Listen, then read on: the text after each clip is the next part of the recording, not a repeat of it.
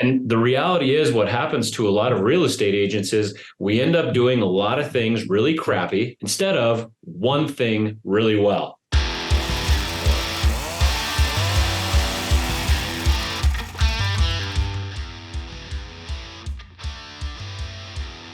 Alrighty, welcome everyone, ladies and gentlemen, to the Wise Agent Society Sharpen the Saw episode.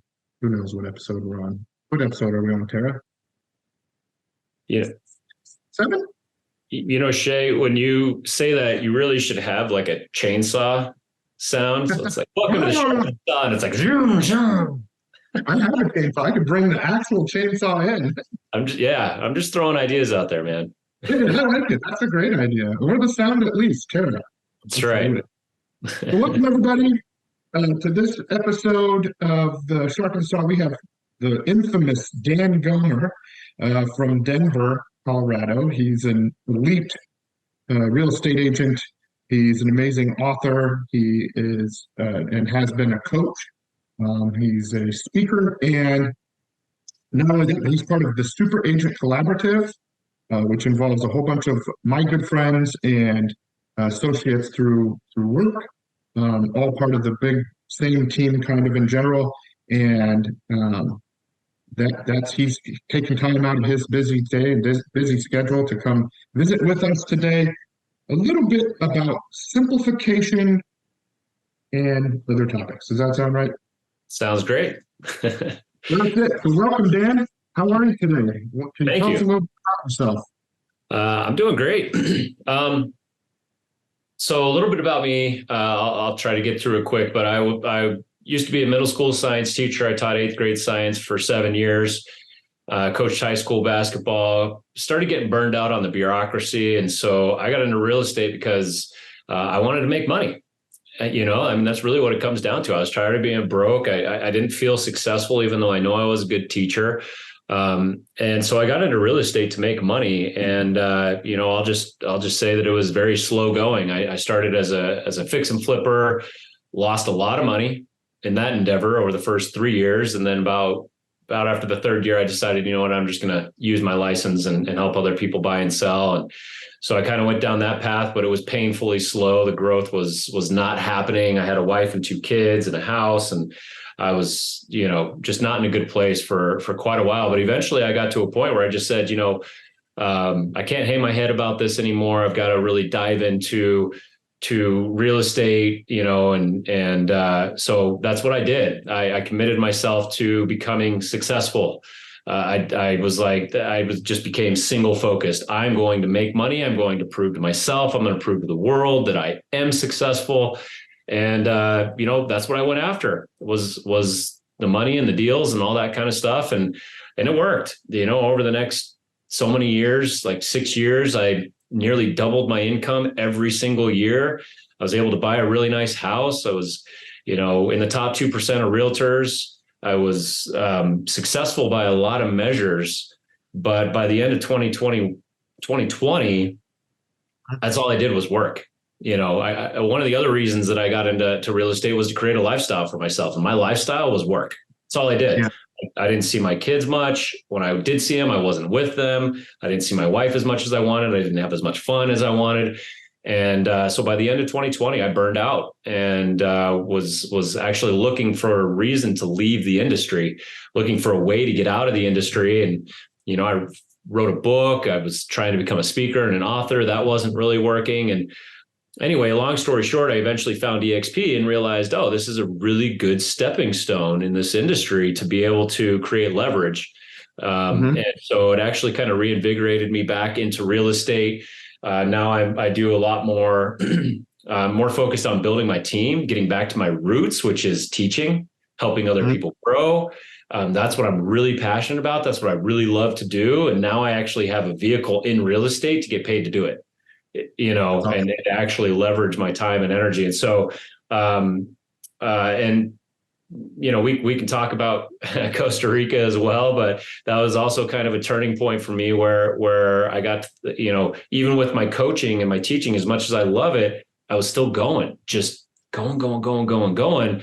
And I kind of hit a breaking point with that too. And I ended up going to Costa Rica for 5 weeks and just disappeared and cut ties with all of it and got back to the basics and realized that I was overcomplicating a lot of things in my life. And so I've gotten back to the basics and just tried to simplify as much as I possibly can. And so that's kind of the journey that I'm on now. Yeah, I love it, man.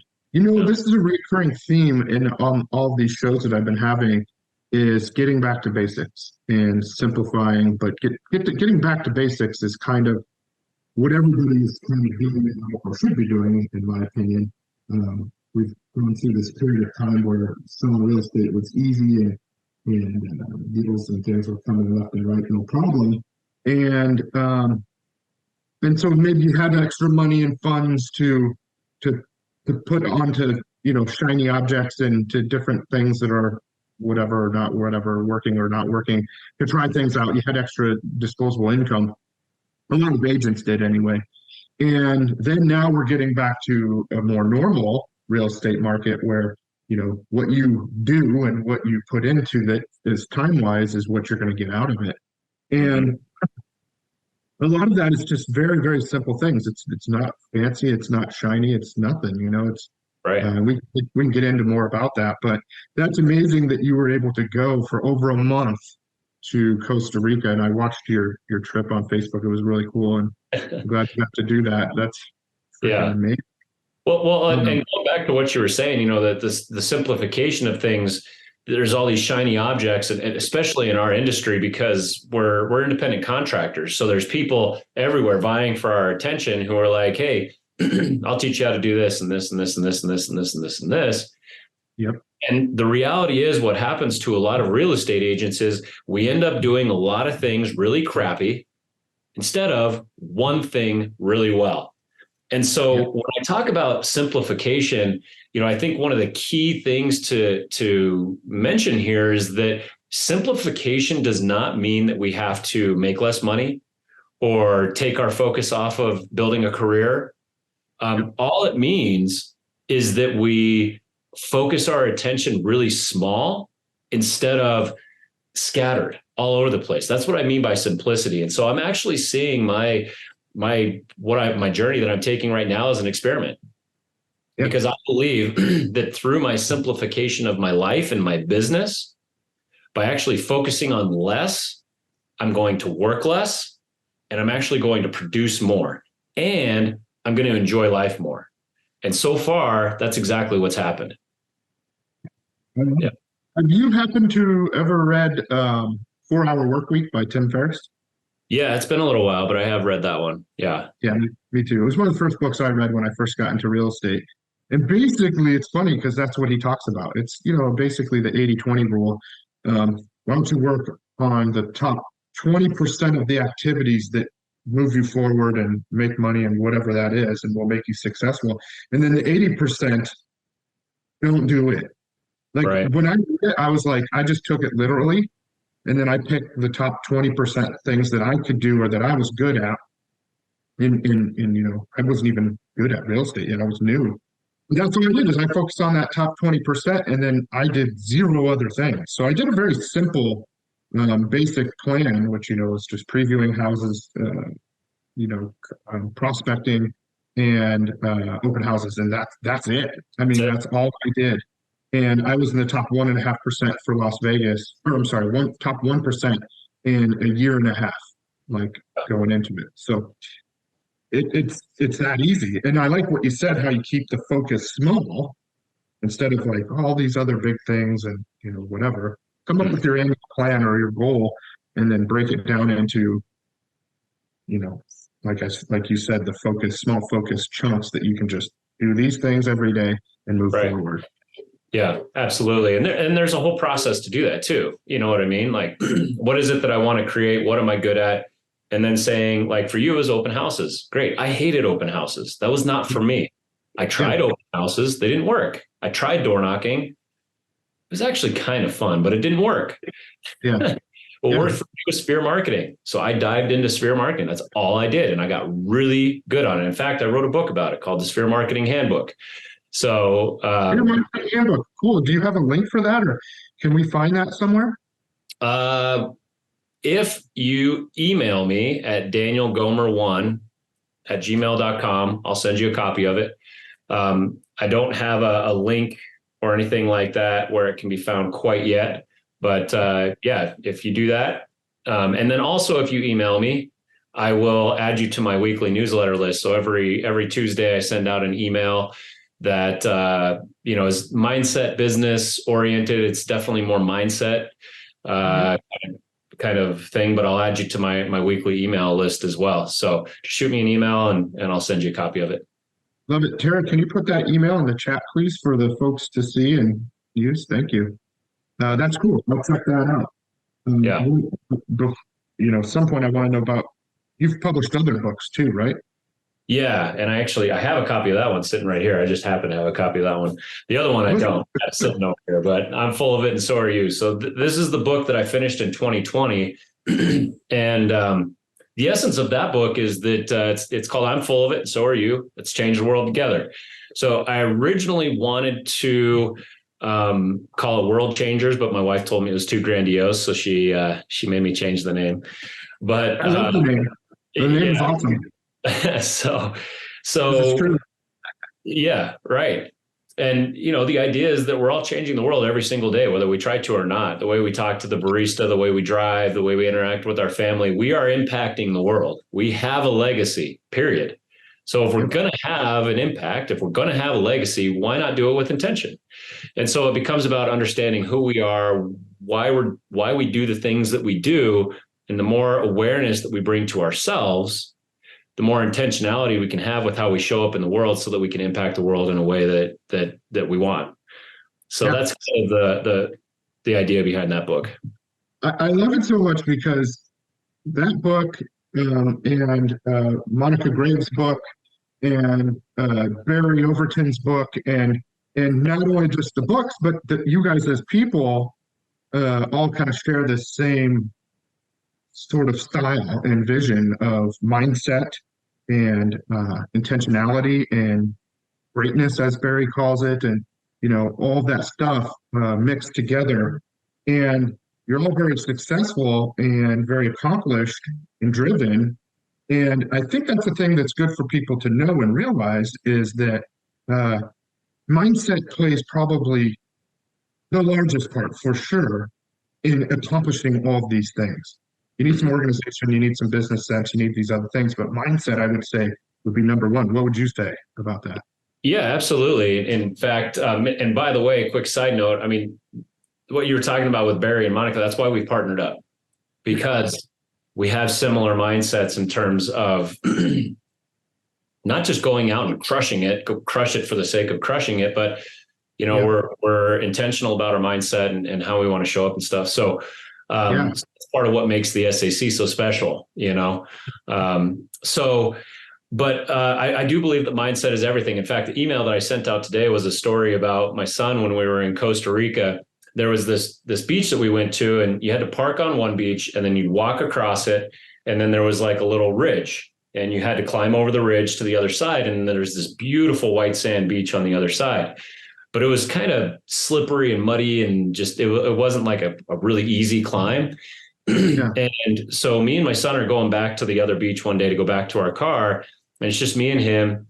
And, he's wearing Crocs. And I said, hey, Caleb, you might want to take your Crocs off. It might actually be easier. You might have better traction in bare feet. And he looks over his shoulder and he goes, it's all right, Dad. They're in sports mode. And he just takes off up the thing, and gets to the top. And he was dead serious, And I started laughing. And he's like, he gets to the top. He's like, what are you laughing about? And I'm like, nothing, dude. That's just great, And so I tell this story, and the way that I frame it is that it's about mindset. He believed that he could get up to the top if his Crocs were in sport mode. Yeah. And there was no questioning. It was just like, if I'm in sport mode, I'm good. And a lot of times the belief systems that we hold within ourselves are what drive us to the top of the mountain and stop us from ever taking action. So the belief systems that we hold are a big part of our mindset. And so ultimately that leads to our motivation, which leads to our results. And so I believe that it's really the foundation for creating whatever we want. Yeah, Totally agree. And I would say that, like anything, it takes practice, and it's an exercise of sorts, right? And a Mhm. skill that you can develop and get better at. Would you agree with Absolutely. that? Absolutely.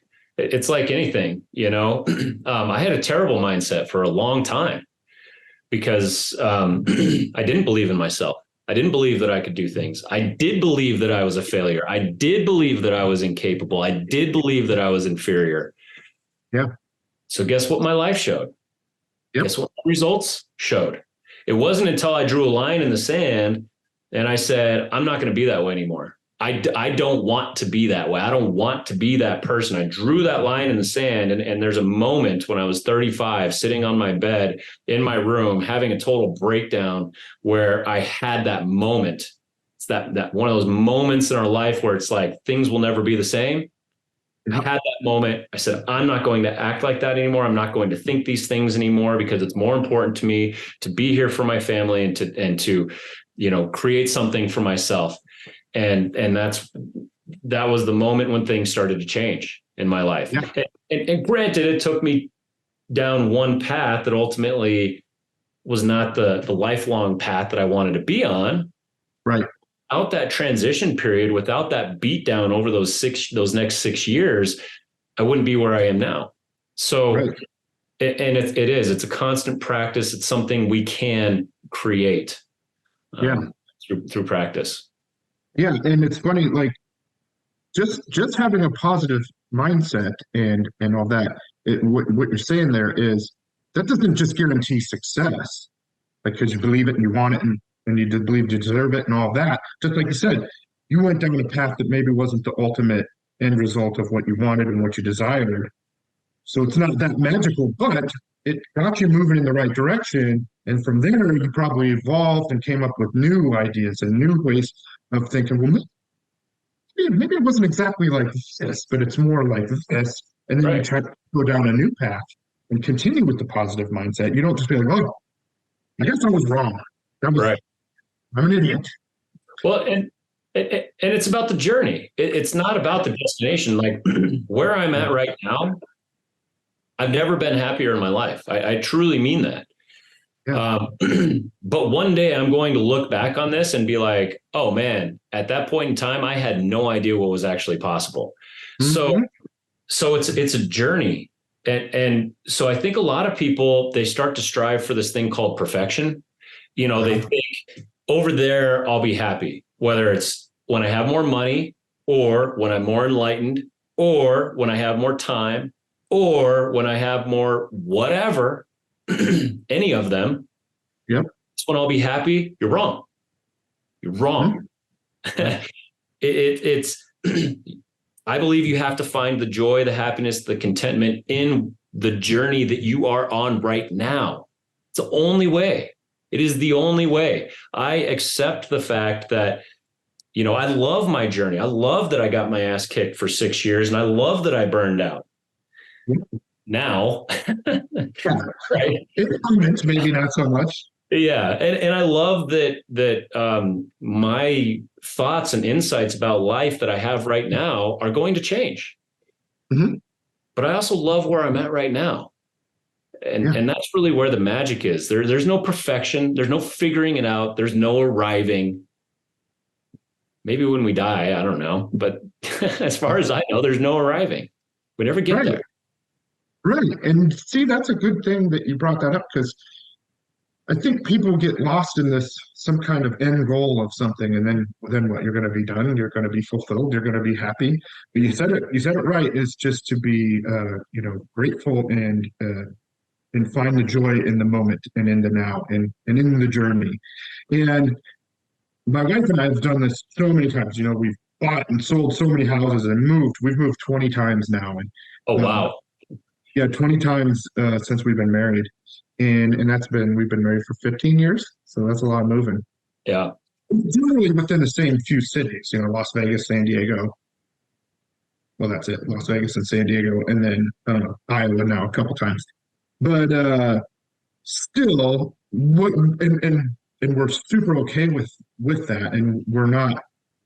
but we do have to step back sometimes and say, are we chasing something, or or should we, maybe just be happy with where we are right now for a while? We like doing that. We like switching things up. We're not afraid to move. We're not afraid to do all these different things. But then at the same time, we're so good at that that sometimes we forget maybe we should just chill, and we're just so used to moving like that, moving so quickly and so fast and changing, and we like kind of the chaos in our lives.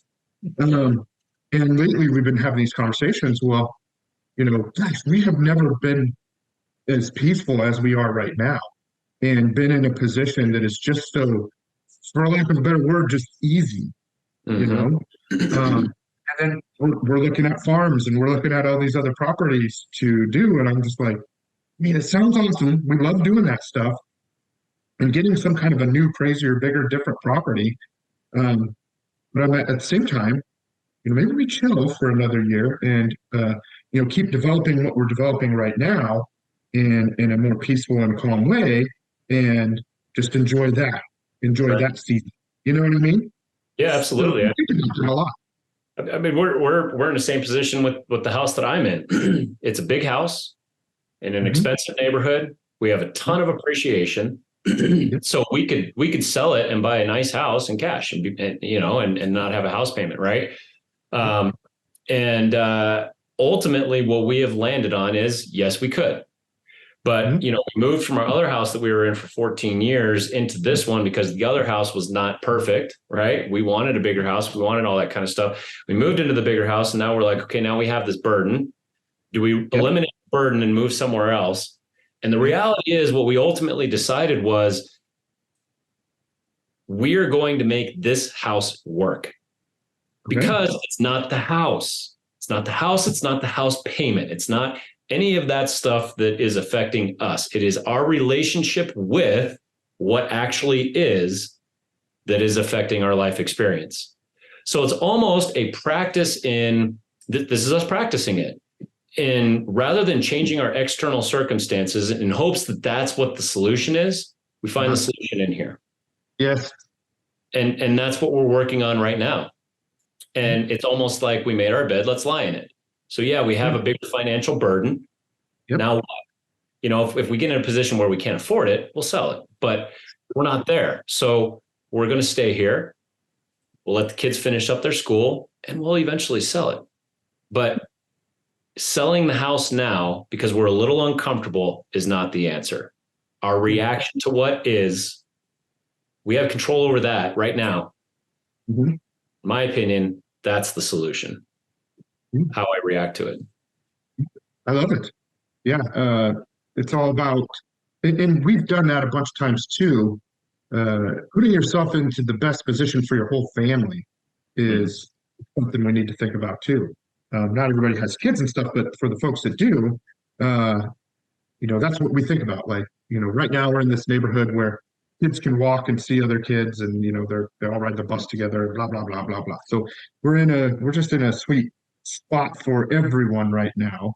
Mhm. Um, but would we like to have adventure and get like this farm and like have outbuildings, and I'll build a shop and blah blah blah and all this stuff, and yeah, that sounds good too. So we don't know. We're probably still going to make an offer on this farm today, but uh, you know, Hey, and there's nothing wrong with it either, right? Like there can be lots of joy found in the experience of bouncing around. well, yeah, and it's still in the same area. The kids will still go to the same school. They'll still ride the bus, all that. Right. It's just a little bit more remote. And the thing is, if they will, they'll take our offer. Then it's kind of like, so we don't need to move. We don't. So if they'll take our offer, then it'll be worth it just to take it and flip it if we didn't want to move there. So Right. Yeah. well, when you're in that position, at least that makes things a lot nicer.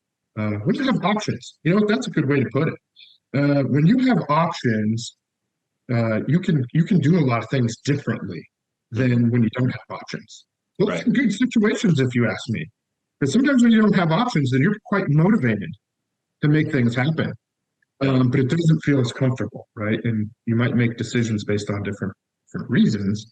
But when you have a lot of options, that's just something to think about too. Like, wow, what a blessing, like I have options. We can do this in a different way. So, Hmm. Well, there's just different ways to look at it. well, and I think that's a really good point because when we have there's power and choice, and one of my big things, and my wife loves this when I do it to her.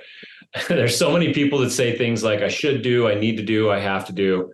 And every time I hear my wife say that, I'm like, well, you don't have to do anything. She's like, shut up, Dan. So, but I try to catch myself doing it too. But the fact Yeah. is we actually don't have to do anything. And so one thing I have discovered through kind of my work and through practicing this kind of thing is that we always have choices. Number one, we always have options. So everything that we do, we actually choose to do it. So we say, well, I have to make my phone calls. No, you don't. Right. I have to get this deal closed. No, you don't. I have to stay in this house. No, you don't. You don't have to do anything. Right. So we get to choose. Now we can qualify it. I have to make my calls if I want to make this much money. Okay. Makes sense. Then yeah, you probably do. Right. So it's important, I think, to qualify our have to do's, our should do's, our need to do's, or eliminate them. And so we always have choice. However, I think what you're getting at is that we have options. I'm in a position now where I ground it out for a really long time. I would say I'm not really grinding. I wouldn't call what I'm doing now grinding it out, but for a long time, I was grinding it out. And now I get to pick the fruits of my labor, which is nice. I live in a nice house with a lot of equity. I have a little bit of a cushion that provides more opportunity and more choice, which is a nice thing to have, So, and I think that's what a lot of people are trying to create within real estate is they want those choices. They want those options. And the great thing about real estate is we can create that. Yeah. And it's really not that hard. It's hard work, but it's really simple. It's really simple. Yeah. The path has been laid for you. All you got to do is follow the path. Somebody says, go walk down that path, make these phone calls, talk to these people, do these CMAs, and you'll make it. And everybody goes, well, what about this tree over here? Well, what about this tree over? Forget about all the trees. Just go. Yeah. All of the system. More options.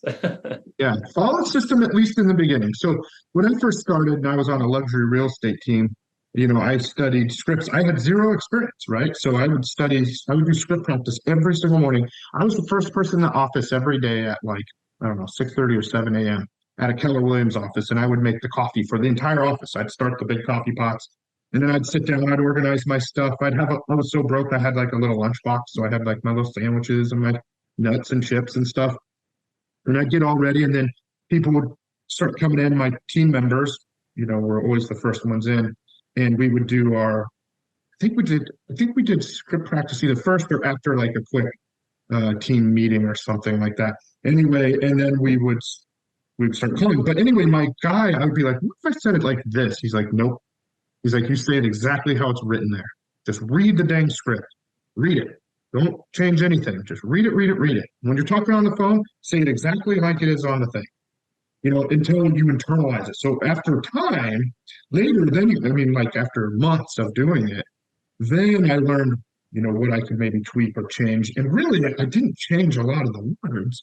I more just changed the way I said it and how I felt about it. And, and it sounded more like me, even though it was the same dang words. Right. Right. And then just the same thing with what you were saying. So my guy told me basically, if we're doing prospecting at this time, we're doing previewing at this time. We only had to do, 6 open houses a week. So I didn't do more than that. It wasn't like I was doing open houses all the time. I did them for 3 or 4 hours a time. And ultimately, what I liked about that was just being in the neighborhoods and getting to meet people and all that stuff. But then, really, ultimately for me, what was more successful was SEO work, search engine optimization, and also Craigslist. I made a ton of money when you could use HTML work in Craigslist. And basically, I built funnels in Craigslist. But you started with, I think that brings up a really interesting point when we talk about building a business, because once again, both of us being team leaders, I'm sure you have a similar experience, but when I'm working with people on my team, They want the shiny object, right? So they're saying, okay, well, I heard SEO is really good. And I'm like, I thought you were focusing on open houses. You haven't even mastered that yet. So there's, I think what happens is somebody might look at what you've created and they said, okay, well, Shay, he did scripts. So he did cold calling, and then he did open houses, and he did SEO optimization. And so I need to find the scripts, and start making cold calls. Then at the same time, I also need to host 6 open houses a week and put in my systems to like follow up with all of those. And I need to make sure that my website is optimized. No, do one thing, then layer on the second thing, then layer on another thing, right?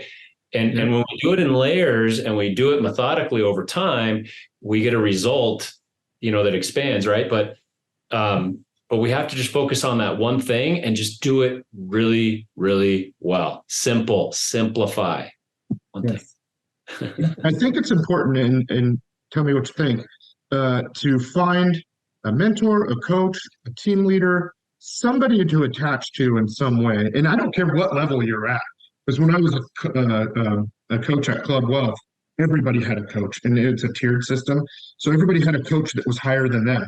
So if you were selling 750 houses a year, then you were coached by somebody that sold like 1,500 houses a year. They were a tier above you. So everybody was being coached by somebody that was a higher level than them and being pulled up. But my point is that, especially being new or newer, or you've been doing it a while, but you're not finding the success that other people are, and you want to find that success, well, then align yourself with somebody that can set up a plan, a simple plan. They're not, none of them are complicated, to move forward, just like you're saying.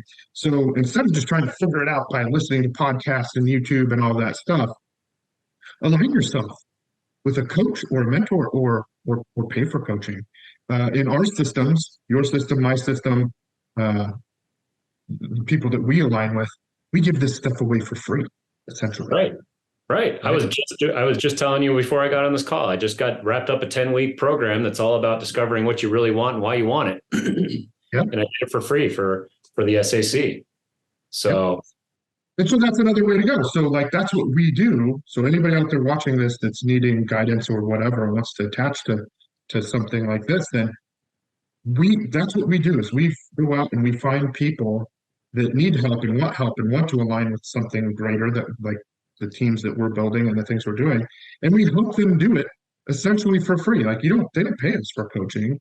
I have a whole coaching system that I help people get in line with, and give them the tools, the simple tools to, just make a plan they want to make $100,000 a year. If that's your goal, I have a step-by-step plan that you will work 23 hours a week and you'll make that much money. And if you pick 500,000, it's still 23 hours a week. I have a whole system for it. Yeah. Well, and that's what makes EXP specifically so different and amazing. I think I shared at the beginning of this that I was on my way out of real estate. I was over it. And I found EXP and I realized, wow, here is a system where I can tap into my zone of genius, as I call it, right? Or as, now I can't think of the name of the book. Anyway, I can step into my zone as genius and teach, help other people grow. That's what I'm passionate about. That's what I love to do. Take the knowledge that I've earned or learned within real estate and impart it to other people and watch them grow, watch them make magic. And I can make a living while I do it. It's beautiful. And so you talk about the EXP model and everything. There's people like me and you who are teachers. You want to see other people grow and expand. And we are pouring into people. Jesse Zagorski, Barry Overton, Monica Graves, on and on and on and on and on. All of these people who just want to help other people grow. That's what we're really good at. And that's what we do. Because the more successful other people are, the more successful we are. And so you don't have to be a teacher. You don't have to do what I'm doing to get a tremendous amount of value in this company. All you have to do is be somebody who wants to grow, somebody who wants to produce, somebody who wants, who is open to mentorship, who, wants to take it in and move forward. The resources are here. The tools are here. and they're abundant. And that is what makes this company so amazing. They built a framework to bring people like me and you and Barry and Monica and Jesse and all these other people, bring us in and say, let me just give you everything. Yeah. It's totally. And we're one happy family that are financially aligned, so to help each other and see each other succeed. So we do that. And that's funny, when I was recruiting for Keller Williams and for my team, so I had teams in different cities and states, and we had these, recruiting processes. And one of the things that I found people resonating with the most was that they get to be a part of a work family and they won't have to do anything alone moving forward. Like, we do everything kind of together. And this is just a different and similar, or maybe evolved situation of that, because now we have multiple team leaders working together with their team. So we have even a bigger work family, much bigger. And which is cool, because we get all these different ideas and ways of doing things together that way. And I've learned so much from people who aren't even, we talk about the upline and downline and all that crap, right? There are so many people who aren't even connected to me financially, who are just like, let me help. Let me show you a better way to do this. Let me, book recommendations. And I mean, I could tell story after story after story. It was actually amazing to me. It was shocking. I wasn't, before I came over here, I was not expecting that. And now that I'm here at EXP, I'm like, wow, this is even better than I thought. Right. And a lot of other maybe models or just old ways of thinking, maybe in real estate or business in general, or sales in general, is scarcity mindset, right? They don't want to fill, people don't want to fill their cards like what I'm doing over here. You stay over there, you can't have my business. There's not enough business in this town for you and me to make money. Yeah. Whereas there are other companies, Keller Williams, EXP, they're really good companies that are really big on transparency and coming from abundance and saying, hey, there's enough business out there for all of us to succeed. Come and look at my whole playbook. Look at everything. I'll share all my stuff with you. Yep. And I will do that. And I'm sure you will do that too. And that's what we do, is we help and just share it out, because we know that there's enough out there for everybody. We have the right mindset and abundance that come from contribution and to help people rather than the other way. So I'm glad that, me coming from Keller Williams, I already have seen that on a pretty high level. And I'm glad that when you got to EXP that you get to see it. It's different, like I said, because Keller Williams is great, but EXP just has that different model where it plugs us in and connects us in a different way than the Keller Williams model. Both great models, but I do love that collaboration and that transparency and willing to help. It's huge. It's huge. Community is something that I feel like our country has, unfortunately, this broad generalization. It's harder to find connection in this country than maybe it once was, I guess is what I'll say. And people want it. People are looking for it. And, yes. EXP has a community, and, it's kind of one of those things. Sometimes it's hard to explain to people like, hey, we have this community, we're doing these amazing things. They're like, yeah. Heard it before, whatever. But until you get into it and experience it, it's kind of hard to explain the benefits of it. Community is what allowed us to survive when we were roaming the plains, living in caves. Without community, I die.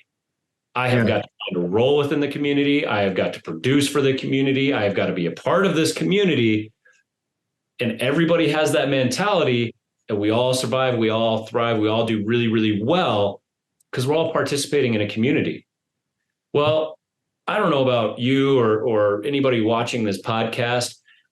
I was not only a lone wolf for a really long time, but I wore my lone wolfness like a badge of honor. Hell yeah, I do it all by myself. Yeah. It drove me into the ground. It nearly,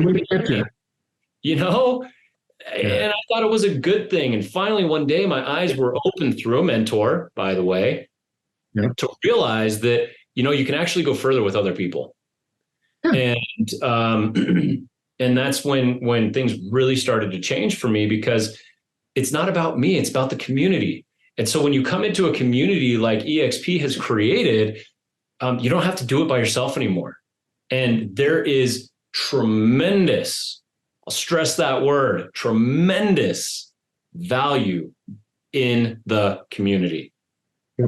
And it is, if you want to grow your business, you want to make more money, inject yourself into a fantastic community. That should be line item number one, because that is where everything else is going to stem. That is where you are planting your seed. That's where you begin to grow. You have to have a strong community. And we have that here. Bottom line, we have that here. So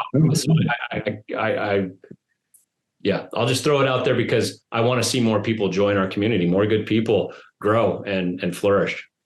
What you guys have going on in Denver is sort of amazing. Nothing sort of amazing. Just all the right things and including people, and people want to be involved in that. And so here's the thing I was going to say is, a lot of people talk about EXP being in the cloud, and it's, I need personal and one-on-one reaction with people, and I can't do it virtually and whatever. What do you say to that? I mean, you already just alluded to it, but we see each other in person all the time. Number one, number two, where do you see each other at? We do breakfast meetings tomorrow. We're doing our team meeting in person breakfast. We have a big event coming up October 15th.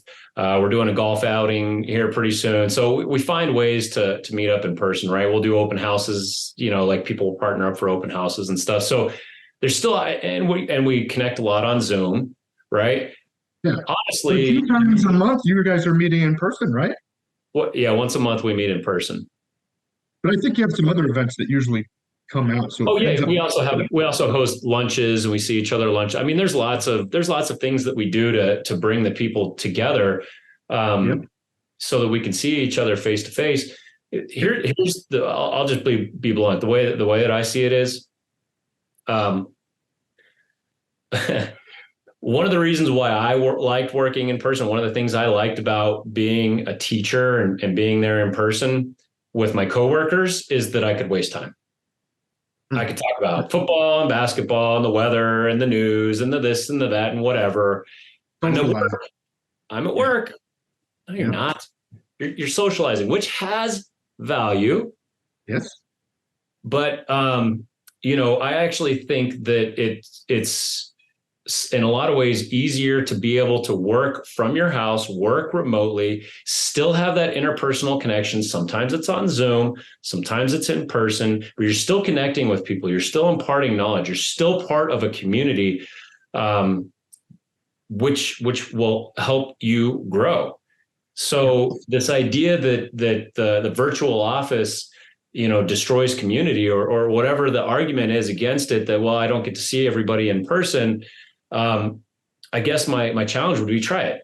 You know what I mean? Like my daughter won't eat green things, but she's never tried green things. It's like, so how do you know you don't like it until you try it? You know what I mean? You like it. Yeah, no, that's just it. So that's what I was saying. There's a myth out there that, that companies like ours, don't have that physical interaction, which is not true. It's easy to weekly meet up with your team or teammates and do things together.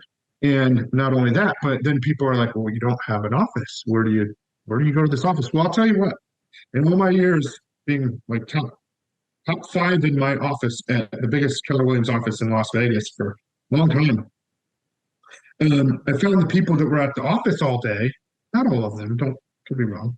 Don't hate me, my KW family. But no, it's real easy for people to fall into a trap of going to the office to be at the office and to be busy doing nothing. I'm working. Yeah, they're working, but they're not doing anything. I'm like, look, I come to the office once a week, maybe twice. Actually, the more I come to the office, the less productive I am, because I'm sitting there helping other people sell more real estate. Because I came in like guy on fire. And because I was out doing work, I was out, I was doing, and I was still only working 20, 23 hours a week. And, and I'm in the top 1% for all sales in Las Vegas with no experience. And the reason I did that was because I was focused on the right things. And I was putting myself in an office where I could be away from people and not be distracted because I'm very easily distracted. I like to talk to people. Yeah. And so what I'm saying is that office isn't like the fix all for any of that. Actually, it could be a big distraction. No, I'm not saying offices are bad because I like offices too, and I love being there and I love the culture that it brought. But I'm saying that you can also have that same culture in a different kind of model like we have, where, I mean, I've been to your events. I've been to your events in Denver, and they are amazing. They're just like an office event, except you're at a cool restaurant or you're at a different location and everybody's meeting together and everybody's excited to meet the new players and the new team people. And some of them are leaders and some of them are new and whatever. And everybody's like, I heard about you and I want to learn more about you. And what do you have going on? And even referrals. So I was at one of the gatherings there, and one of the teammates had a referral. Reggie, Reggie. Reggie had a referral for us in San Diego, and I was just like, I'd love to help. So we got this listing that we're working on in San Diego, and that was, through physical face-to-face interaction. She was sitting right here, and I was sitting right here, and boom. So anyway. So they do happen. And I think one of the important things that you mentioned is that you actually weren't in the office a lot, even when you were in the office, because you were out doing the things that were actually generating business, and you have to leave the office to go do that, meet people face to face and that kind of thing. Right. So the physical office itself, in my opinion, is overrated. Not to say that physical interaction, one-on-one, not Zoom, that's really important too. That's why we work so hard to make sure we still have the opportunities to do that. Yep. But to think that it's that daily interaction with our team in person that's making the difference in our business, I think is actually a misconception. Yep. It's you can have those reactions through the phone, through Zoom or whatever, still have the in-person connections, but actually end up being more productive. Because there's not all the drive time, there's not all the water cooler talk, there's not all of those other distractions that come from being in a physical office every single day. The focal point, should be to lean on the community, right? Utilize the community, support your community, right? Give and take, and go out and do what you need to do. The community is there to support you with that, but I don't have to literally be there in person to carry you. I could carry you from anywhere just because we're working as a community.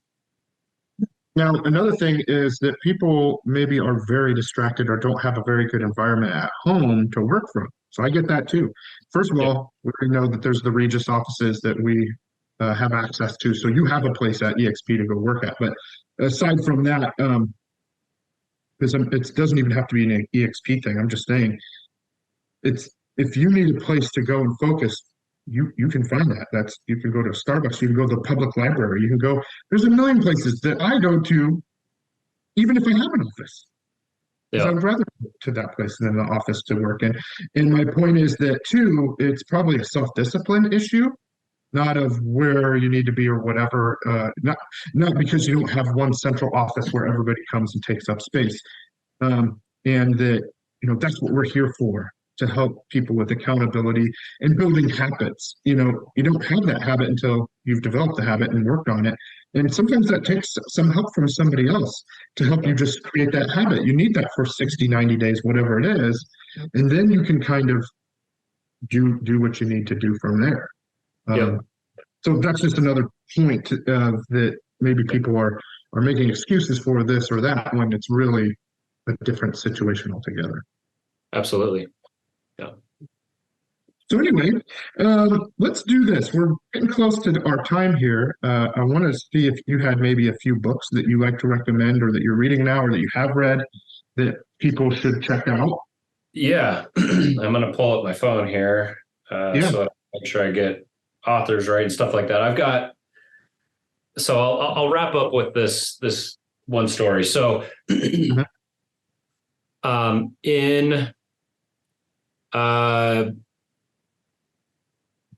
let's see. So we went to Orlando in May. Before I went to Orlando, I was really struggling with my business. I was trying to figure out like, what are the next steps? What do I need to focus on? I was confused from a business standpoint, trying to figure out what I needed to do. And somebody recommended to me a book called Rocket Fuel by Gino Wickman and Mark C. Winters. So that book was, or no, which was the first one? Sorry. Darn it. Sorry. The Big Leap by Gay Hendricks. That was the book. So that one was all about like finding your zone of genius, right? So I'm reading that book on the flight to Orlando, and I'm like, okay, great. I got to find my zone of genius. This is one of the things. But I went to Orlando, which was an EXP event, with the mindset of I'm going to get a business plan together while I'm in Orlando.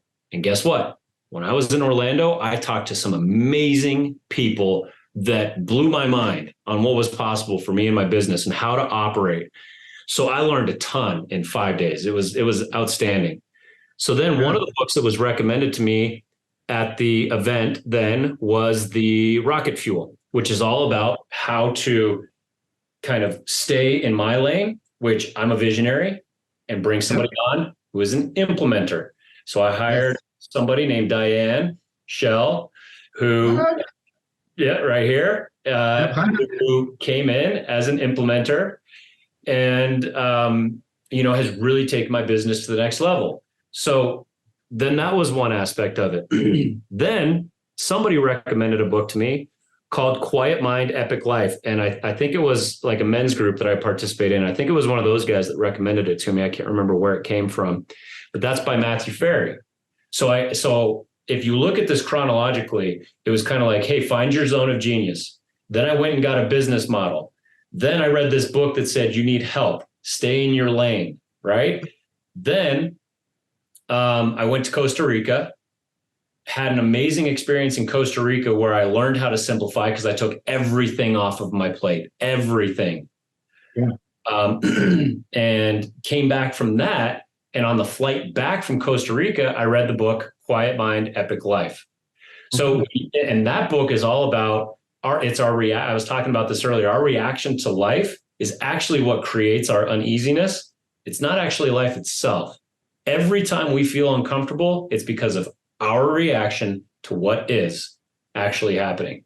So if we can learn how to change our reaction, change our perspective, then we can actually shape the way we feel about our life. And that's where Quiet Mind comes from, or an epic life comes from. So if you look at something like that, I call it synchronicity, where it's like, I read all three of those books in the perfect order at the perfect time. It completely changed the course of my life. It absolutely amazing. So those are three books that for me just had an amazing impact. But Quiet Mind, Epic Life is maybe now my favorite book that I've ever read. But right there alongside it is The Art of Letting Go by Richard Rohr. I read that book 5-6 years ago, and I think I've read it 3 times now. Such an amazing book. It's all about how our attachment to anything in life, kind of like the Quiet Mind book, is what makes it hard to just kind of have peace of mind and like enjoy what we're doing. And so he talks about money, he talks about politics, he talks about religion, he talks about all of these things. He's a Franciscan monk who lives in Utah. But that's a really, really cool book as well. So, wow, I love it. That reminds me a little bit of your Quiet Mind, Epic Life. What you were talking about there is how you react to what's happening in life and whatnot. In the book, The Gap in the Gain by Dan Sullivan. Yeah. He talks, it's good one. He talks about basically your experiences that you had in the past that are either pleasant or bad, let's just say bad ones, are a story that you made up. It's a complete fabrication story that you made up. And then people are like, no, I was there. It happened. It's exactly what happened. I was there. It was my experience. I know it. And then he talks about, well, can you tell me, 5 good things that came from that experience? Yeah. They're like, no, it was the worst experience of my life. There's no good things. Well, if you had absolutely had to pick 5 things that were good from that about that experience, what would you do? And then they sit there and they're like, okay, well, there's this. And he's like, I'll help you start. First of all, that happened a long time ago, so that's a good thing, right? Yeah, that's a good thing. Well, and then now you probably won't make that decision or mistake again, right? Probably. Like, no, yeah, I won't do that. So that's a good thing. You learned from that. Yep.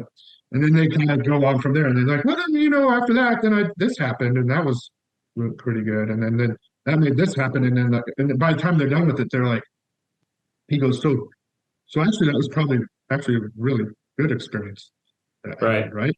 And they're like, yeah, yeah, it's because they've been telling the story about how this awful thing happened to them, and it's the awful thing, and they don't let it go, and that's what's, hindering them in their life or something.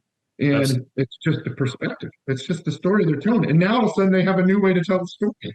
exactly. It's exactly right. It's all perspective. All perspective. So I love all that stuff. So good. Thank you for those books. I'm definitely going to be looking into uh, 3 of them I haven't read. So Rocket Fuel I've read, and that is a good book. And having an implementer or an integrator is clutch. Dan Beer and is the one who introduced me to that, and he did that, and when he did that and brought on the right integrator, his stuff went to the next level. Absolutely. So thank you so much for spending time with us today, Dan, and appreciate you coming on. Yeah, thank you very much for having me on. This was great.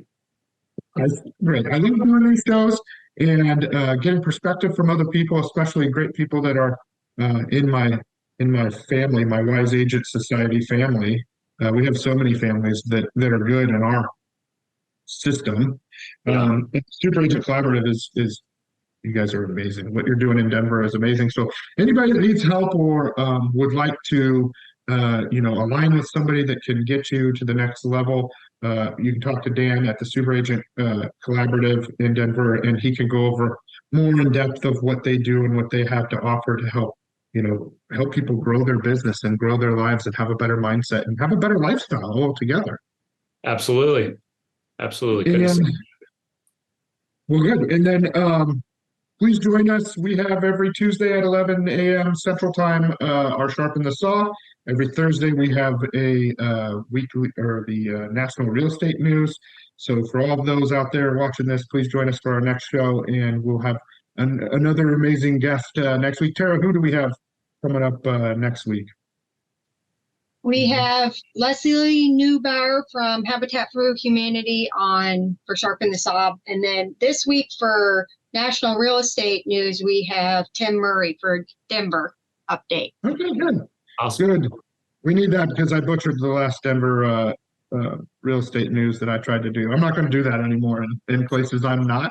Yeah. I just want to be relevant to people in my whole family here, but yeah, I'm not doing that anymore. We'll let the experts handle the areas that are where they're at. There you go. Well, thanks so much, Dan. Hope you have a great day. Thank you, Shay. You too. Thanks again. We'll see you soon. All right. See you guys. All right. Bye-bye.